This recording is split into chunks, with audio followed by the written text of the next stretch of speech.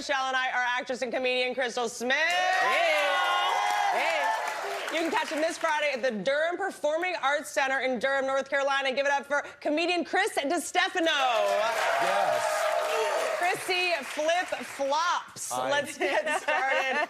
Actress Rebel Wilson, she's frustrated with the public's obsession with her body. She's sick of getting more attention for her weight and less attention for her acting. Crystal, you never have an opinion on anything. I know. I'm just so quiet and meek.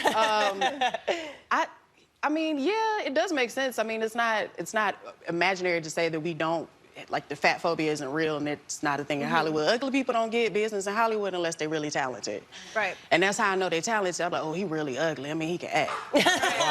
So it's also, I feel like, though, you know, if they come for your body, that means they can't come for anything else. They can't, right. You're talented, kind of like your movies are great. If they come for your body, it's like, okay. Yeah, it's an interesting It's a low position to blow, be in it's a because weak. Once you're not sort of like the hot girl, the it girl, the #1 in the show, you're the best friend, you're the character actor. So now, you know, she made a lovely name for herself, being the hot girl and being the size that she is now. Right. And I think also it's a weird thing when people start talking about your weight in a new way because you haven't even processed it yet. Yeah. And I'm only saying this because I've been like every size. I've been everybody's size. Well, I think you're beautiful, Michelle.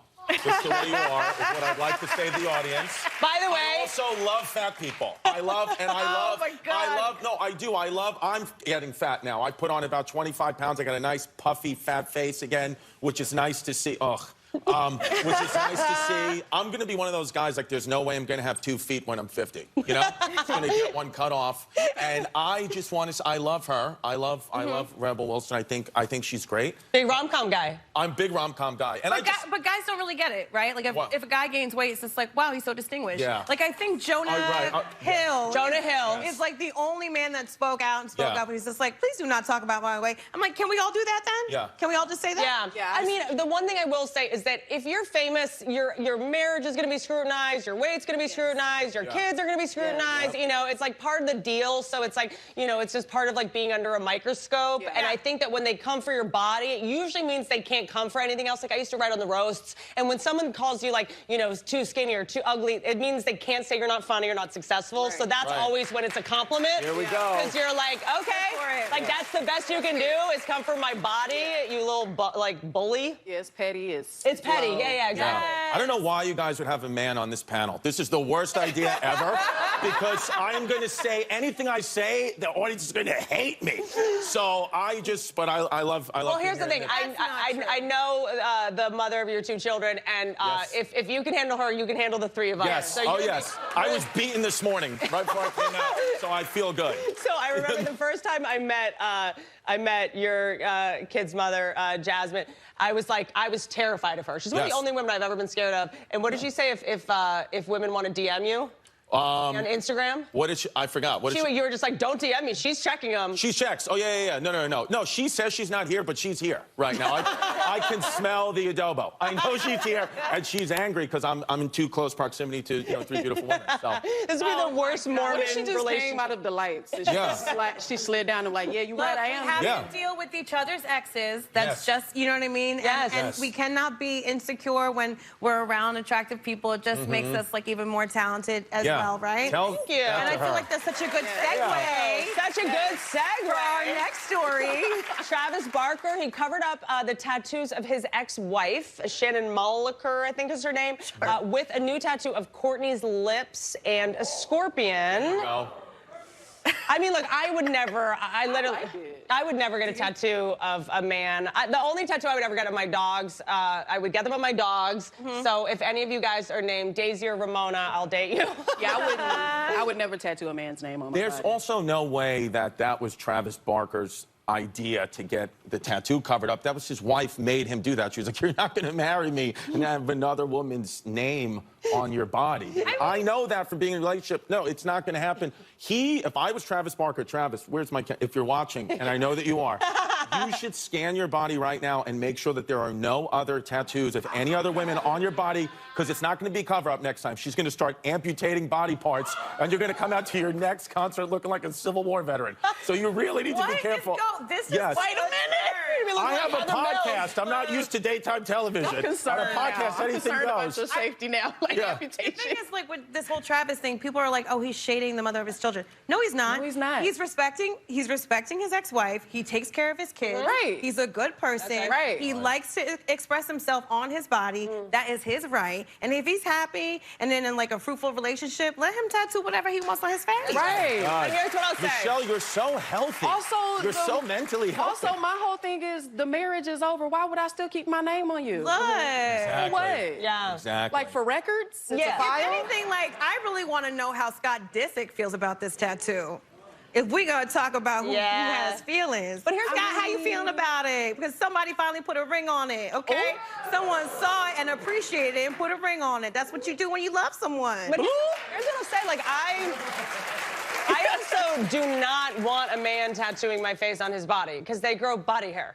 So Benton Ray, who I do the podcast with, he has Dolly Parton on his legs. He's got all, and they all have beards. You know what I mean? He has to shave all the time. They have like a 5 o'clock shadow. Yeah. Benton is my beard. I don't need a tattoo on your body for you to tell me you love me. I need a deposit for the house we're gonna live in. Yes. Right. That's what I want. Because a tattoo's not gonna pay the bill. It's cute. A tattoo is not gonna put gas in my car. Okay, Yeah. Megan Thee Stallion is facing criticism after refusing to freestyle on cue during an interview. Michelle, Yes. do you think artists should just like always be expected to perform when asked? No. She paid her dues. She's amazing. She's doing her thing. Let this woman live. Let her walk into whatever event she needs to walk into without feeling like she's got to tap dance. So I tell you what, 10 years into comedy, I was like, my knees hurt from tap dancing. Take the tap shoes back. I want to sit down, relax. Yes. You call it stand-up comedy, I'm going to sit down and do comedy. I'm tired, y'all. Stop asking us to do stuff, okay? Also, like- Whitney's knees hurt too, but. Also, my God. I love that I'm bombing on this show. I love it. You're not. I love that because I keep forgetting it's daytime here's TV, what I'll not say. our podcast. Everybody watching, we have podcasts and you can Yes. talk for like 3 hours and Yes. say whatever you want. We have 10 minutes and we're not allowed to say anything. anything. Like I'm gonna lose my career for a joke I don't. The number of, but his career is about to be over. You'll not be seeing him at the Durham Theater, whenever Thank that God. was. This is a Shane Gillis situation. We'll be playing Town Hall November 13th. There you go. If you want to come to my show instead. yeah. Oh yes, let's clap it up. That's all it is. It's just clapping at points. But here's what I will say. There is a thing when you're a comedian. It does annoy me when someone comes up to me and they're like, tell me a joke. Like, tell me a joke. It's like, Or are you funny? Or what kind of comedy do you do? Yeah, also, what's your shtick? What's your shtick? But funny. But people Also, she just walked in. She was coming into the place, Yeah. and the guy is running up on her with the mic, and he's going, "Hey, how you doing? You happy to be at the racetrack? You got a rap for the racetrack? Rap about cars." Yeah. And then she just politely said, "No, thank you. I don't have a rap," and kept walking. Yeah, and it's like, you Right. can't afford my fee. Right. You cannot afford my... Awesome. But it happens to me all the time. Guys will do it a lot, especially like on dates and stuff. They'll be like, oh, you're funny. Tell me a joke. Make me laugh. I'm like, make me laugh. Take your pants off. Oh yes. That's a good one. That is a I good know one. how to do daytime. You know how I get down. I know how to do daytime. I have warts. That was a good one. I'm 6, I'm 7 I would have warts. told that joke differently. I love it. A 24-year-old woman from Russia is going viral for having 21 babies and 16 live-in nannies. Damn. This is wild. She and her millionaire husband, of course, paid $195,000 to surrogates between March of last year and July this year. Okay, she's doing a lot of it via surrogate. Crystal, why would anyone do this? It's giving cult to me. Why are you collecting that many babies like Pokemon?